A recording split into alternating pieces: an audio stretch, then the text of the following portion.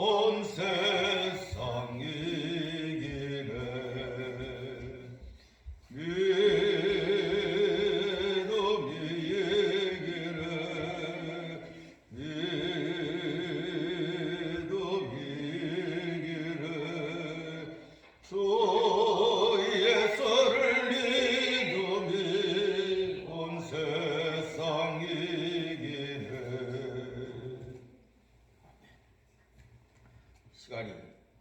시간이 되었으므로 주일 예배를 시작하도록 하겠습니다.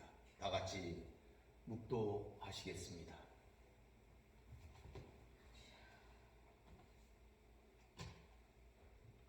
문들아 너희 머리를 들지어다. 영원한 문들아 들릴지어다. 영광의 왕이 들어가시리로다. 영광의 왕이 누구시냐? 강하고 능한 여호와시오. 전쟁에 능한 여호와시로다. 아멘. 고맙고 감사하신 여호와 아버지 하나님, 오늘 거룩한 주일을 저에게 허락하셔서 이곳에 모여 예배하게 하시니 감사합니다. 우리의 예배를 받아 주시옵소서. 우리의 마음과 몸과 정성을 바쳐 하나님을 사랑하고 하나님과 함께하는 믿음의 길로 나아가게 하여 주시옵소서. 예수님의 이름으로 기도 올리나이다. 아멘. 다 같이 찬송가 8장 부르시겠습니다.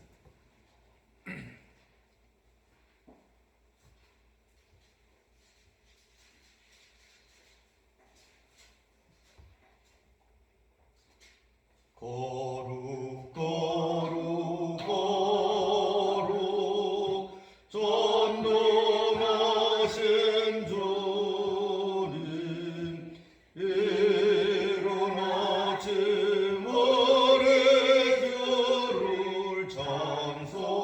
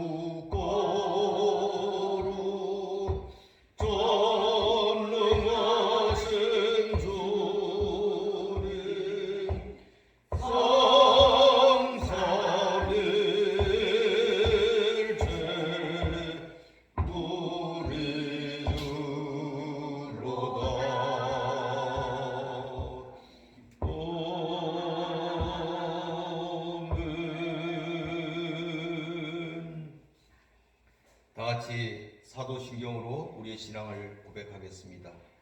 전능하사 천지를 만드신 하나님 아버지를 내가 믿사오며 그의 아들 우리 주 예수 그리스도를 믿사오니 이는 성령으로 잉태하사 동정녀 마리아에게 나시고 본디오 빌라도에게 고난을 받으사 십자가에 못 박혀 죽으시고 장사한 지 사흘 만에 죽은 자 가운데서 다시 살아나시며 하늘에 오르사 전능하신 하나님 우편에 앉아 계시다가 저리로서 산자와 죽은 자를 심판하러 오시리라.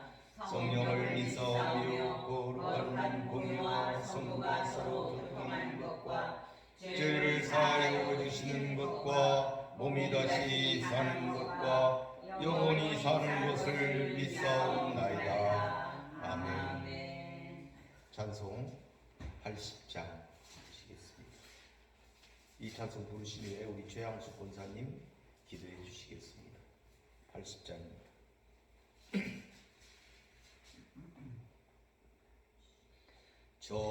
전지에 있는 이름 중 귀하고 높은 이름 주 나시기 전 지으신 구주의 이름 예수 저 앞에 내가 엎드려 그 이름 찬송하면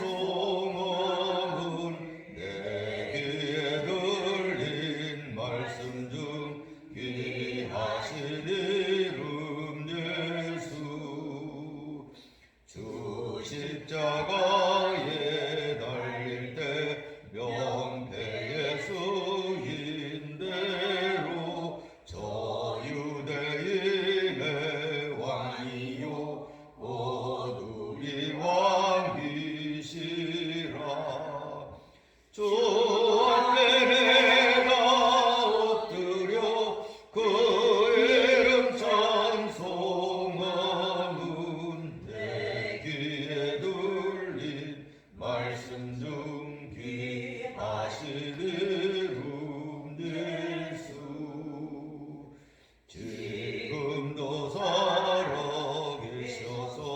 존재나 하시누니 나 같은 죄인 부르사 참 소망 주시도다. 주 앞에 내가 엎드려 그 이름 찬송하면 내 귀에 들린 말씀 중 귀하신 이름 예수 주 예수께서 영원히 어제나 오늘이나 그 이름으로 우리에게 잠복을 내리신다. 주 앞에 내가 엎드려 그 이름 찬송하면 내 귀에 들린 말씀 중 귀하신 이름 예수.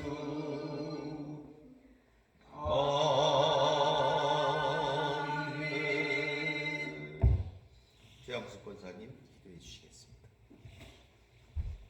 살아계셔서 역사하시는 저희들의 아버지는 은혜와 사랑을 진심으로 감사를 드립니다. 저희들을 이렇게도 사랑하여 주시옵소서. 아버지 부족하고 또 부족하지만 아버지 공지함의 기도원을 하나님께서 세워주시옵시고 기도원에서 저희들이 오늘 주일을 성수할 수 있도록 축복하신 하나님 진심으로 감사를 드립니다. 아버지 하나님께서 사랑하는 김석길 목사님을 하나님께서 선택하여 주셔서 하나님의 사자로 세워주시고 아버지 하나님 이 기도원을 운영하기에 축복을 주신 하나님 진심으로 감사를 드립니다. 아버지 하나님의 이 기도원이 하나님 앞에 정말 영광 돌릴 수 있는 기도원이 되게 하여 주시옵소서. 사랑하는 우리 사자 목사님이 아버지 하나님 부흥 발전을 위해서 하나님 앞에 기도하고 모였사오니 하나님 아버지여 이 권장 기도원이 앞으로 부흥되고 발전돼서 아버지 많은 우리들이 모여서 하나님을 찬양하고 하나님 앞에 기도하는 장소가 되게 하여 주시옵소서. 믿습니다. 너무나 소수의 우리가 지금 모였사오니 아버지 하나님 저희들의 기도가 부족합니다. 저희들의 전도가 부족합니다. 주님이여 용서하여 주시고 저희들을 인도하여 주시고 많은 사람을 보내게 하나님 앞에 기도 많이 하는 저희들 되게 하여 주시옵소서.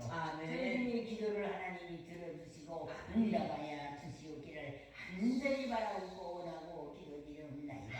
나이를 자비하신 아버지 하나님이여 가정적으로도 아버지 다 나오지를 못했사오니 아버지 하나님의 저희들의 책임이 있습니다. 아버지 하나님이여 용서하여 주시옵시고 아버지 하나님이여 우리 가정이 다 이 자리에 나와서 하나님 앞에 예배 드릴 수 있는 정성과 뜻과 믿음을 허락하여 주시옵소서. 아버지 하나님 그래서 하나님께 정말로 영광 돌릴 수 있는 아버지의 장소가 되게 하여 주시옵기를 간절히 바라고 원하고 간절히 기도드리옵나이다. 아버지 하나님 하나님께서 육남매를 허락하여 주시어서 아버지 하나님 앞에 기도하게 하시고 아버지의 뜻대로 살게 하나님께서는 하시었지만은 아버지 하나님이여 너무나 아버지 하나님이여 자행자지하고 아버지의 자리에 참석하지 못하고 아버지 하나님이여 각지에서 싸우니 아버지 하나님 아버지께서 자손들을 다 불러주시어서 이 자리에서 하나님 앞에 예배드릴 수 있는 믿음을 허락하여 주시옵기를 간절히 바라고 원하고 기도드리옵나이다. 아버지의 사랑하는 목사님의 말씀 한마디가 아버지 큰 은혜가 되게 하여 주시옵시고 아버지의 이 시간에 큰 은혜 받는 시간 되게 하시고 하나님 앞에 영광 돌릴 수 있는 이 시간 되게 하여 주시옵소서. 저희 후손들이 다 이 자리에 나올 수 있도록 하나님께서 역사하여 주시옵기만을 간절히 바라고 첫 시간부터 마친 시간까지 성령께서 인도하여 주시옵기만을 간절히 바라와서 예수 그리스도 이름 받들어 기도드리옵나이다. 아멘.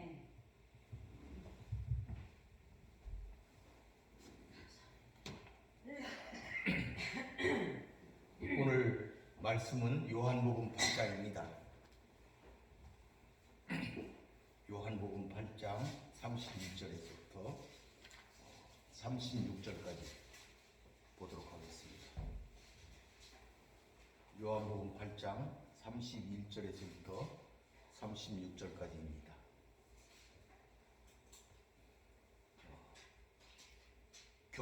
교독하겠습니다. 그러므로 예수께서 자기를 믿은 유대인들에게 이르시되 너희가 내 말에 거하면 참으로 내 제자가 되고 진리를 알지니 진리가 너희를 자유하게 하리라. 그들이 대답하되 우리가 아브라함의 자손이라 남의 종이 된 적이 없거늘 어찌하여 우리가 자유롭게 되리라 하느냐. 예수께서 대답하시되 진실로 너희에게 이르노니 죄를 범하는 자마다 죄의 종이라.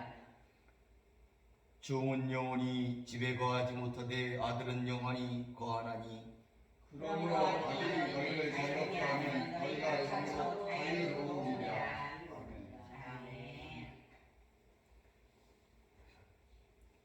본문은 AD 29년에 그 초막절을 전후하여 갈릴리와 특히 예루살렘에 있었던 사건을 보도하는 7장 8절 기사의 후반부인 넷째 단락입니다. 진리가 너희를 자유롭게 하리라 라는 제목으로 말씀을 전하도록 하겠습니다. 초막절은 유대인들의 3대 명절 중에 하나로서 성인 유대인이면 팔레스타인에 거주하는 자건 멀리 외국에 거주하는 자건 이 명절을 지키기 위해서 예루살렘에 모였습니다. 이 초막절의 의의는 무엇인고 하면 그것은 과거 이스라엘 백성이 출애굽 후 광야에서 40년간을 장막 생활했던 것을 기념하는 것에 있습니다. 당시 예루살렘에서는 이 명절을 기념하는 여러 행사가 거행되었는데 그중 제일 중요한 행사는 제사장인 실로암 못으로부터 금 항아리에 물을 길어와서 성전, 제단에 붓는 의식이었습니다. 물이 제단에 부어지는 동안에는 나팔을 불고 무리들은 크게 기뻐하며 흥겨워하였습니다. 이 의식은 옛날 그들의 조상들이 광야에서 생활할 때 반석에서 물이 나온 사건을 떠올려주고 있으며 또한 메시아 시대가 가져올 축복을 바라게 해주는 것이었습니다. 앞장에서 보면 예수님의 형제들이 예수께 유대로 가셔서 자신을 세상에 나타내기를 권유한 사실이 나옵니다.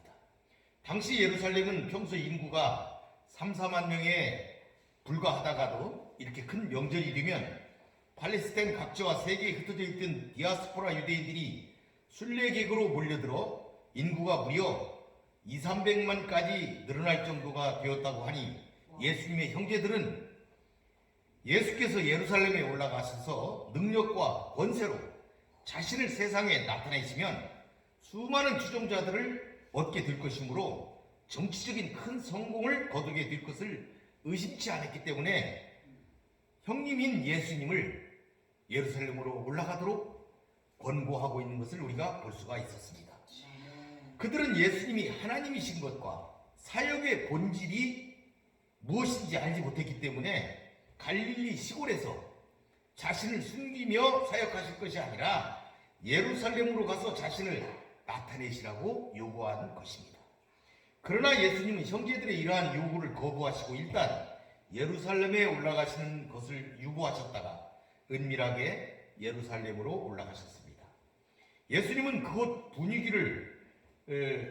분위기가 예수님에게 적대적이고 또 위험한 상황이라는 것을 잘 알고 있었습니다. 그래서 그렇지만 예수님은 올라가신 후에 그 명절 중간쯤 되었을 때부터는 담대하게 또 분명하게 행동을 취하시고 자신을 드러내셔서 외치셨습니다. 뭐라고 하셨냐면 누구든지 목마르거든 내게로 와서 마시라. 나를 믿는 자는 성경에 이른 것 같이 그 배에서 생수의 강이 흘러나오리라. 이렇게 외치셨습니다. 이 말씀은 어디에 대비되는 말씀이냐면 조막절에 성전에 물을 붓는 그 의식을 겨냥한 말씀이었다고 생각이 됩니다. 그 물을 거기다가 붓고 그러는데 그 물을 붓는 것은 사막에서 반석에서 물을 넣는 것인데 그 물은 마실 때 다시 갈증이 나지 않습니까? 그렇지만 예수님의 그 배에서 나오는 생수의 강에서 나오는 그 물은 영원히 목마르지 않는다는 사실을 예수님이 외치신 것입니다. 예수께서 이 명절 끝날에 큰 소리로 외치신 이 메시지는 곧 자신이 그 옛날 광야 반석의 실체이시며 이스라엘 백성들이 기다리는 메시아로서 영원히 목마르지 않을 생명수를 주실 바로 그분이라는 것을 공개적으로 선언하는 것이었습니다. 그럼에도 그 메시지를 들은 무리들은 여전히 예수님의 신분을 둘러싸고 쟁론만 거듭하고 사내들인 당국자들은 예수에 대한 적개심을 풀지 않고 있었으니 이 얼마나 엄청난 아이러니가 아니겠습니까? 그러니까 초막절 물붓기 행사는 그림자이고 본체는 예수 그리스도라는 사실을 우리는 깨달아야 할 것입니다. 31절에 보게 되면은 예수님은 자기를 믿은 유대인들에게 말씀하셨다고 기록하고 있습니다. 오늘 본문 8장은 전체적으로 음행에 잡혀온 여인에게 용서함을 주신 사건에 이어서 자기 자신을 쭉 설명하는 내용으로 가득 차 있습니다.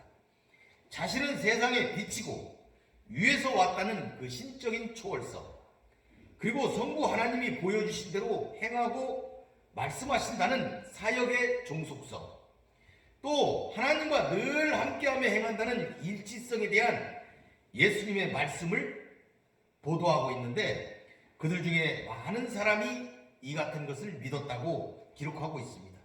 그러나 그 믿음은 온전한 믿음이 아니었습니다.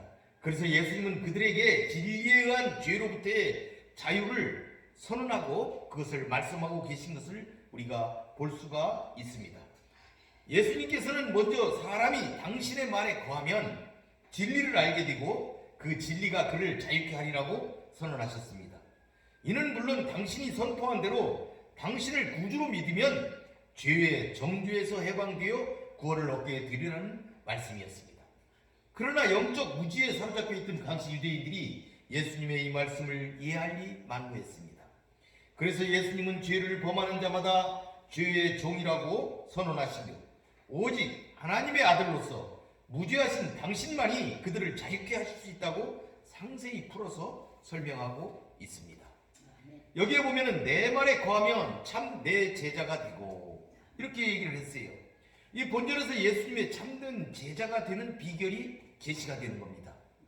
당시 예수님의 탁월한 가르침을 듣고 많은 사람이 믿었다고 하지만 전적으로 예수님을 하나님의 아들로 믿고 따르는 참된 신앙은 가지지 못했습니다. 그래서 예수님은 이런 말씀을 주신 것입니다. 여기에 거하면 이런 말은 남아있다, 머물다 이런 뜻인데 그 시점이 강조되는 내용입니다. 그러니까 본문은 사람들이 예수님의 말씀 안에 진실되게 거하는 그 시점부터 예수님의 제자가 된다는 말씀입니다. 즉 예수님의 말씀에 거한다는 것은 그분과 가지는 매우 특별한 관계를 지속적으로 가지는 것입니다. 말씀 안에 거한다는 것은 15장에 나온 포도나무 비유가 잘 설명하고 있는데 그분과의 친밀한 교제에 들어가는 것이고 이 교제가 지속적으로 이루어지는 사람이 참된 제자임을 인정받게 되는 것입니다. 그렇다면 내 말에 거한다는 그 말은 구체적으로 무엇을 의미하는가? 이 다른 번역본의 성경들을 보게 되면은 리빙 바이블에서는 내가 너희에게 말한 대로 살면, 또 NIV는 나의 교훈을 고수하면, 또 뉴 라이프 테스트먼트는 지키고 복종하면 이렇게 번역하고 있습니다. 예수님의 말씀에 거한다는 것은 끊임없이 그 말씀에 귀를 기울이고 온전히 복종하는 것, 즉 그 말씀을 붙잡고 사는 삶을 가리킨다는 사실을 잘 드러내는 것입니다. 그 다음에 그 참 내 제자가 되고 이렇게 기록하고 있는데 이 말은 너희가 진정으로 나의 제자들이 된다는 말입니다. 여기에서 참이란 거짓과 반대되는 개념으로서 사물의 사실성을 말하는 단어로 참으로, 실제로, 정말로 이런 부사로도 쓰이고 또 정당한, 참된 뜻을 나타내는 형용사로도 쓰이게 됩니다. 누구든지 그리스도 제자로서 그 진정성을 인정받으려고 하면 입술만의 고백으로는 불충분합니다. 자신의 고백에 대한 진실된 성실성이 요구됩니다. 제자처럼 보이는 것은 말로도 충분하지만 실제로 참된 제자가 되려고 하면 이 말을 뒷받침할 수 있는 진실된 행위가 뒤따라야 합니다. 즉 예수님의 가르침을 듣고 배우고 행하는 자가 거하는 자며 제자라고 볼 수가 있습니다. 32절에 보니까 진리를 알지니 진리가 너희를 자유롭게 하리라 이렇게 말씀하고 계십니다. 본절의 말씀은 우리의 가장 근본적인 문제점이 무엇인지를 잘 보여준과 동시에 우리가 지향해야 할 이상적인 삶이 무엇인가를 보여주는 실로 중요한 구절입니다. 본절이 외형적으로는 단순한 진리를 알므로 자유를 누리라고 권고하는 것처럼 보이나 이는 인류가 현재는 진리를 알지 못함으로 인하여 속박된 상태에 있다는 것을 전제로 하신 말씀입니다. 그러나 이는 모든 사람들이 쉽게 동의할 수 있는 말씀이 아닙니다. 왜냐하면 인류는 나름대로 절대적 진리를 규명하기 위하여 노력하여 왔고 또한 진리를 규명하였다고 여기는 사람들이 많기 때문입니다. 유대인들도 예수님의 이러한 말씀을 수용하기 힘들었습니다. 그렇다면 이 말씀의 참된 의미는 무엇이겠습니까? 먼저 우리가 흔히 사용하는 진리라는 말 가운데는 거짓과 반대되는 참 이런 의미가 들어있고 이러한 참은 자연과학에서 말하는 학문적인 진리 또는 법정에서 거짓과 반대되는 의미로 사용되고 있는 진실 이런 의미도 있고 그렇지만 헬라어에서는 이것을 알레데이아라고 이런 단어로 쓰이고 있는데 이 단어는 거짓과 반대되는 의미, 실제, 확실성, 신뢰성 이런 의미가 있습니다. 그러나 본절에서 예수님은 진리를 아는 것을 뭐라고 하셨냐면 여기 32절에 진리를 알지니 그랬습니다. 진리를 아는 것에 대해서 뭐라고 그랬냐면 내 말에 거하여 참 내 제자가 되는 것, 이것을 진리를 아는 것이라고 이렇게 대응시켜서 말씀하고 있습니다. 그 말씀 안에 거하여 예수님의 참 제자가 됨으로 진리를 알 수 있다는 의미입니다. 이거는 굉장히 놀라운 선언입니다. 왜 그러냐면 이러한 사실은 이 알레데이아라는 단어에 대응되는 히브리어의 단어가 에베트라고 하는데, 이 에베트라는 단어는 하나님의 본성이나 하나님의 말씀을 의미하는 데 쓰이고 있기 때문입니다. 그러니까 이 진리라고 쓰이는 이 말은 헬라어로 에베트라는 단어인데, 이 에베트는 하나님의 본성을 나타내고 있고 하나님의 말씀을 나타내는 데 쓰였다, 이런 말입니다. 그러니까 이 말은 거꾸로, 이 말은 이를 돌려서 다시 얘기하면 하나님만이 진리고 하나님만이 참이고 하나님만이 선이라는 하나님의 절대적인 속성을 얘기하고 있는 것입니다. 그 진리라는 것은 하나님께로부터만 올 수 있다는 사실을 말씀하고 있는 것입니다. 그런데 이 단어를 예수님이 사용하셨다는 것입니다.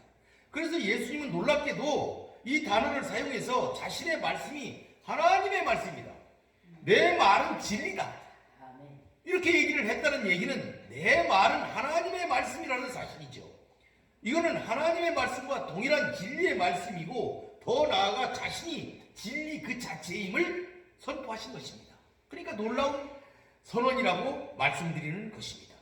따라서 진리를 알지니 라는 말씀 속에서 예수 자신의 말씀을 하나님의 말씀과 동일한 권위를 가진 말씀으로 받아들이라는 의미와, 다시 말해 자신이 하나님이심을 믿으라는 의미가 내포되어 있는 것입니다.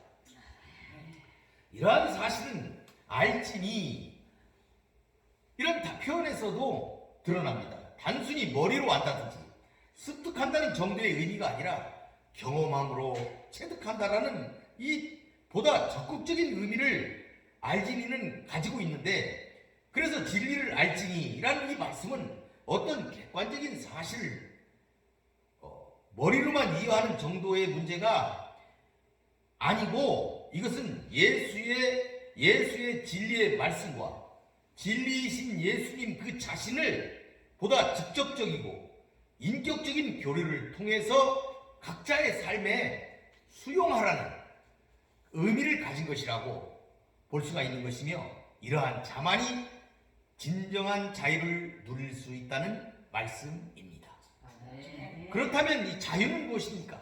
성경에서는 단순히 정치적인 속박이나 노예 상태에서 벗어난다는 그런 의미보다는 종교적이며 도덕적인 의미로 자주 쓰였습니다. 본절에서도 이 단어는 인류를 불안하게 만든 근본적 원인이 되는 죄의 노예된 상태로부터 벗어나는 구원의 상태를 말하기 위해서 사용되었습니다. 이러한 영적 차원의 자유는 구원의 복음을 전하는 예수님 말씀 가운데서, 그리고 대속적 십자가 죽으심을 통하여 죄의 값을 완전히 지불하신 진리 그 자체이신 예수님을 아는 것, 즉 영접하여 믿는 것을 통해서만 얻을 수가 있습니다. 이처럼 본절은 거짓의 세력인 마귀의 꾀임에 빠져 범죄함으로 진리에서 멀어져 죄와 멸망의 속박 상태에 있는 인류에게 주는 구원의 메시지를 담고 있는 것입니다. 따라서 우리는 본절에 나오는 진리나 암, 자유, 이러한 단어들을 추상적으로 이해해서는 안 되고 예수님의 말씀 안에 거하며 예수님과 직접적이며 인격적인 교류를 통하여 죄의 속박과 영적 멸망에서 자유케 되어 진정한 구원에 이를 수 있음을 밝히는 복음의 핵심으로 받아들여야 하겠습니다. 아멘. 33절에 보면 너희를 자유롭게 하리라, 이렇게 예수님이 선포하셨습니다. 그런데 이 말씀은 유대인들에게 즉각적으로 반발을 불러왔습니다. 자신들은 하나님의 택한 백성이며 하나님과 언약을 맺은 자랑스러운 아브라함의 후손으로서 결코 종이 아니므로 자유를 누리고 있다고 생각을 했습니다. 우리들도 그렇잖아요. 우리들도 이렇게 예수 믿고 구원받았다고 다 그러는데 우리 보고 어떤 사람들이 기독교인 보고 이렇게 믿고 있는 사람들 보고 네가 아직도 구원을 못 받았다. 네가 아직도 그렇다고 이런 식으로 어떤 사람을 정죄한다든지 이렇게 단언해서 얘기하게 되면 굉장히 불쾌하고 뭔가 반발을 불러오는 그런 마음을 우리가 느낄 수가 종종 있을 수가 있습니다. 우리도 그렇게 할 수가 있는데 유대인들도 마찬가지입니다. 그들은 자신들이 하나님의 아들이라고 자녀라고 생각을 했고 하나님의 백성이라고 생각하며 지금까지 살고 왔는데 예수님이 나타나셨으니 어떤 선지자가 나타났는데 자기들 보고 죄의 종이라고 얘기를 하는 것입니다. 그들이 얼마나 그들이 놀라고 흥분되었겠습니까? 그래서 그들은 예수님이 이런 말씀을 듣고 반박을 하면서 뭐라 하냐면 우리가 남의 종이 된 적이 없다.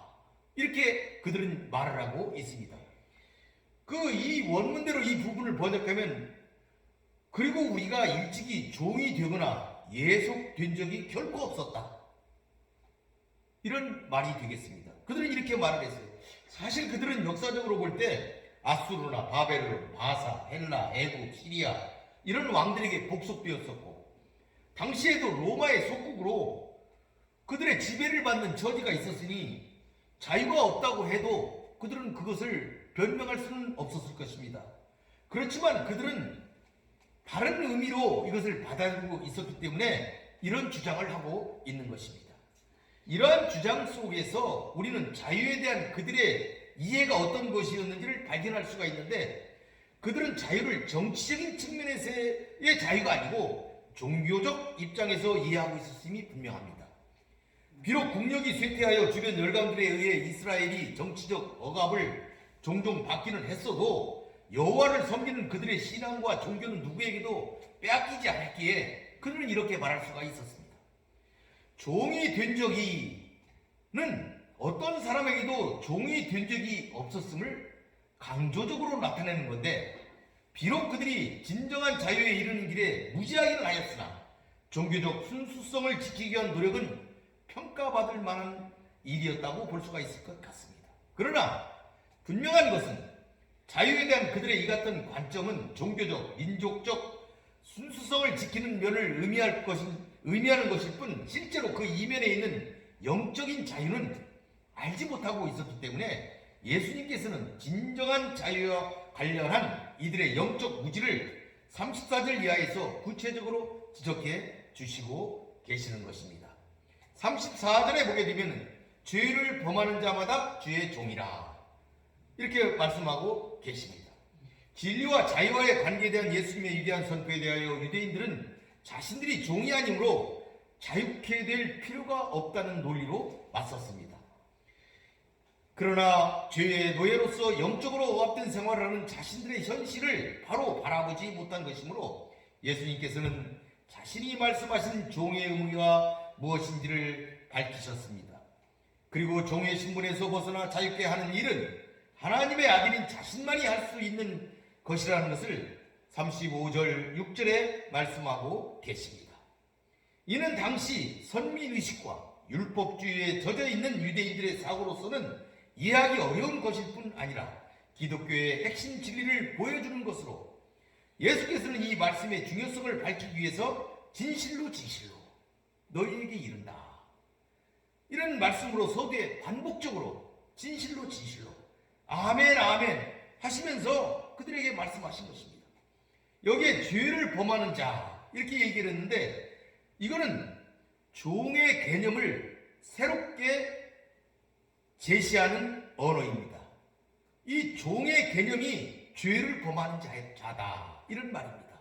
죄를 범하는 자는 종이다 이런 개념이 되겠습니다. 그래서 그들이 왜 자유를 추구해야 하는지 그 이유도 분명하게 여기에 기록하고 있는데 집에 거하지 못하기 때문이라고 말씀하고 있습니다. 집에 거하지 못하기 때문에 자유를 추구해야 된다. 그러니까 자유가 없는 자는 집에 자유롭게 있을 수가 없다는 얘기입니다. 여기서 범하는 자 이렇게 얘기를 했어요. 범하는 자마다, 범하는 자마다, 죄를 범하는 자마다. 이 말은 습관적으로 또는 반복해서 어떤 일을 행하는 모든 사람들을 얘기하는데, 여기에서는 그 목적어가 죄이기 때문에 이걸 해석을 하게 되면 어떤 일을 여기서는 죄를 습관적으로 반복해서 죄를 범하는 모든 사람이다, 이렇게 말할 수가 있습니다. 죄를 범하는 모든 사람, 죄를 범하는 모든 사람이 종이라는 얘기입니다. 이 죄의 원어가 이 하마르티아라는 단어인데, 이 하마르티아라는 단어는 원래 어디서 유래했냐면 관역을 마치지 못하는 것, 그래서 죄라는 말이 유래를 했습니다. 이 말은 그러니까 다시 바꿔서 얘기하면 하나님께서 정하신 삶의 기준이 있어요. 그 삶의 기준에 정확히 맞춰야 되는데 그걸 맞추지 못하는 거죠. 이게 죄라는 것입니다. 이게 죄라는 거예요. 관역을 맞추지 못하는 게 죄다 이 말이에요. 하나님의 말씀에 정확히 맞추지 못하는 것, 그게 죄라는 의미입니다. 성경은 이 세상에 의인 곧 죄 없는 사람은 하나도 없다고 가르치고 있습니다. 절대 공의로우신 하나님 앞에서는 모두가 죄인일 뿐입니다. 물론 스스로 선민임을 자부하며 거룩하다고 여기는 유대인 역시 예외가 아닙니다. 왜냐하면 단 한 사람도 율법의 행위로 하나님 앞에 의롭다 하심을 얻을 수가 없기 때문입니다. 예수님께서는 자신들이 자유하다고 주장하는 그들에게 너희는 죄의 종이다, 이렇게 말씀하셨습니다. 죄의 지배를 받는 소망이 없는 사람들이라는 말입니다. 죄의 종이 된다는 것은 죄의 싹신 사망을 피할 수 없는 절망적인 상태에 있는 사람들이라는 것을 가리키는 말입니다. 35절에 보니까 종은 영원히 집에 거하지 못하되 아들은 영원히 거하나니, 이렇게 예수님이 말씀하고 계십니다. 본절은 종과 아들, 영원히 거하지 못한다, 영원히 거한다, 이렇게 서로 반어적인 대국법으로 서로 대조해가지고 대응시켜서 기록하고 있습니다. 즉 예수님께서는 한 집에서 함께 살아가는 종과 아들을 대비시켰고, 유대인들을 종으로 묘사함으로써 그들로 하여금 충격에 빠지도록 의도하셨습니다. 유대인들은 자신들이 아브라함의 자손이라는 것에 대해서 큰 자부심을 가지고 있었으나 예수님은 그들이 아들이 아니라 종이라고 못 박으셨습니다. 종은 자기 주인에게 속해서 그가 지시하는 일을 하는 사람입니다. 언제라도 주인이 해고하면 그 집에서 나가야 합니다. 그에게는 자유도 없고 확고한 지위도 없고 토지의 소유권도 없습니다. 종은 주인의 지시에 온전히 따라야 하고 이를 거역하면 더 이상 그 자리를 지킬 수가 없습니다. 그런데 그들은 주인이신 하나님이 세상에 보내신 아들을 거역하면서도 이것이 얼마나 심각한 문제인지 알지 못하고 불순종을 하고 있습니다. 아들의 뜻을 거스리는 것은 곧 하나님의 뜻을 거스린다는 것, 이는 곧 죄를 범하는 것이고, 범죄하는 자는 모두 죄의 종으로서 종의 신분에 처해져 아버지의 집에서 자유가 없는 신분이 된다는 사실을 말하고 있습니다. 예수님께서 말씀하신 이 자유는 영적 자유로 단순히 신체적이나 경제적 억압, 정치적 속박에서 벗어나는 어떤 개념을 얘기하는 것이 아닙니다. 이것을 초월하는 특별한 것으로 아들을 믿는 사람에게만 하나님께서 주시는 것, 그것을 자유라고 예수님은 말씀하고 계시는 것입니다. 이 자유는 인류 시조 아담이 범죄하여 죄의 종이 되면서부터 그 모든 후손이, 우리들이 죄 가운데 태어나 죄의 종이 된 것을 전제로 하신 말씀입니다. 인류가 죄의 종이 되어 사단으로부터 영적 속박을 받는 상태에서 벗어나는 유일한 길은 본절에서 나오는 바와 같이 아들의 자유케 함을 힘입는 것밖에는 없습니다. 여기서 아들은 바로 제2의 아담이라고 얘기하고 있고, 이 땅에 오신 성육신 하신 제2위 성자 하나님 예수 그리스도를 말씀하고 있습니다. 그리스도께서는 이 세상 역사 가운데 유일하게 무지한 분으로서 인류의 죄에 대하여 대속적으로 죽음으로써 속죄를 행할 수가 있는 분이십니다. 그리고 그리스도의 이 대속적 죽음의 공로에 힘입어 사람은 죄의 종된 신분에서 벗어날 수가 있습니다. 예수님께서는 자신이 감당해야 할 대속적 죽음을 염두에 두셨을 뿐 아니라 이로 인하여 전개될 하나님 나라의 확장을 내다보시고 지금 자신을 믿음으로 죄와 사망의 속박 상태에서 벗어나 참자유를 누리라는 복음의 핵심 사항을 선포하고 계신 것입니다. 결론을 맺도록 하겠습니다. 진리가 너희를 자유케 하리라는 말은 세상에서 너무도 많이 인용되고 있는 문장입니다. 세상에서도 거짓은 죄가 되며 자유함을 잃는 원인이 됩니다. 거짓을 감추기 위해 또 다른 거짓을 저지르기 때문입니다.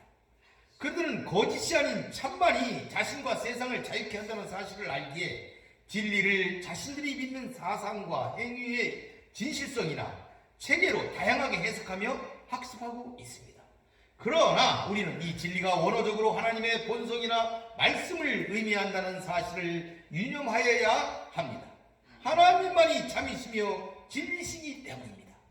그래서 하나님은 예수님의 가르침 안에 거할 때 예수님의 제자가 될 수 있다고, 그럴 때 진리 안에 거할 수 있다고, 그때 우리가 자유케 된다고 말씀하고 계십니다. 본문에서 이 진리는 예수님의 가르침에 거하는 것을 말하므로 예수님의 가르침은 하나님의 말씀과 같다는 것을 알아야 합니다.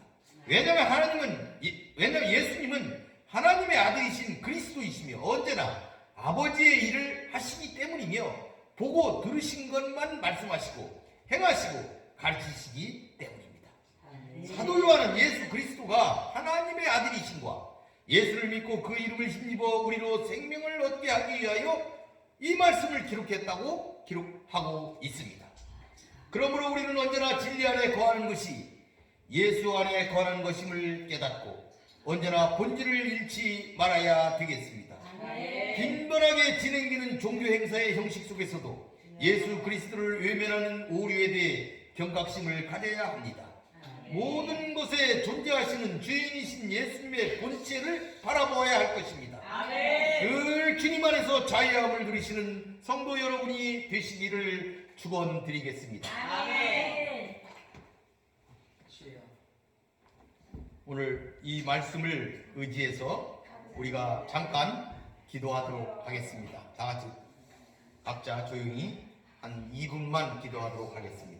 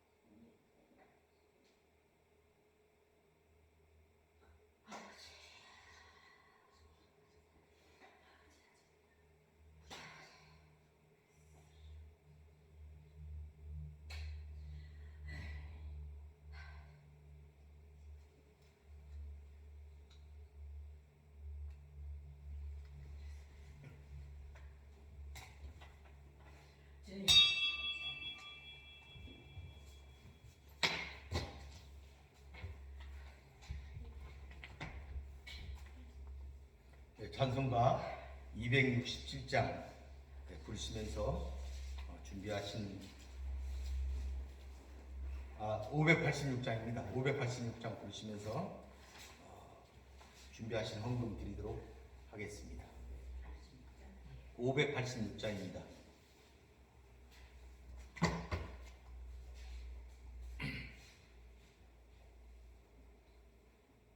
어느 민족 누구에게 절대 어려울 때 있나니 창과 거리 싸울 때에 어느 편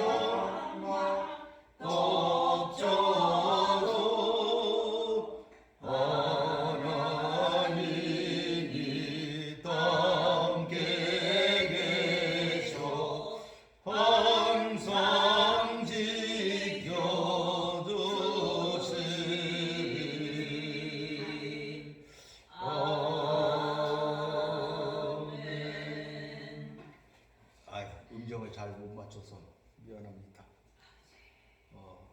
다 같이 드린 헌금에서 기도하고 축도함으로 예배를 마치도록 하겠습니다. 고맙고 감사하신 아버지 하나님 감사합니다. 오늘 우리에게 귀한 말씀을 주셨습니다. 너희가 진리를 알지니 그 진리가 너희를 자유롭게 하리라 하신 우리 주 예수 그리스도의 선언을 우리들이 공부했습니다. 아멘. 자비로우신 여호와 아버지 하나님이여 진리 편에 서는 자가 되게 하여 주시옵소서. 아멘. 거짓을 버리는 자들이 되게 하여 주시옵소서. 아멘. 참 자유를 누리는 사랑하는 성도들이 되게 하여 주시옵소서. 아멘. 자비하신 하나님, 오늘 이 시간에는 순서에 따라 적은 물질을 바쳤습니다. 이 물질이 하나님 사업에 귀하게 쓰임받는 귀한 소재가 될 수 있도록 주님 축복하여 주시옵시고, 아멘. 이 헌금을 바친 사랑하는 주의 손길들에게 은총을 베풀어 주시옵시고, 아멘. 더욱더 하나님 안에서 축복되고 풍성한 삶을 누리는 사랑하는 성도들이 되게 하여 주시옵소서. 아멘. 이제는 우리 구주 예수 그리스도의 은혜와 아멘. 아버지 하나님의 극진하신 사랑하심과 아멘. 그리고 성령님의 감화하시고 교통하시고 함께 하시는 그 은혜가 아멘. 오늘 말씀을 통하여 하나님께 나아가고자 하는 사랑하는 성도들과 그리고 오늘 이 시간에도 전국 방방곡곡에서 제단을 쌓은 주의 제단과 주의 종들과 주의 백성들 위해, 그리고 오늘도 북녘 땅에서 하늘을 바라보며 하나님을 찾는 아버지. 불쌍한 그 이북의 동포들 위해 아멘. 지금으로부터 영원히 함께하여 함께 하시기를 축원드리옵나이다. 아멘.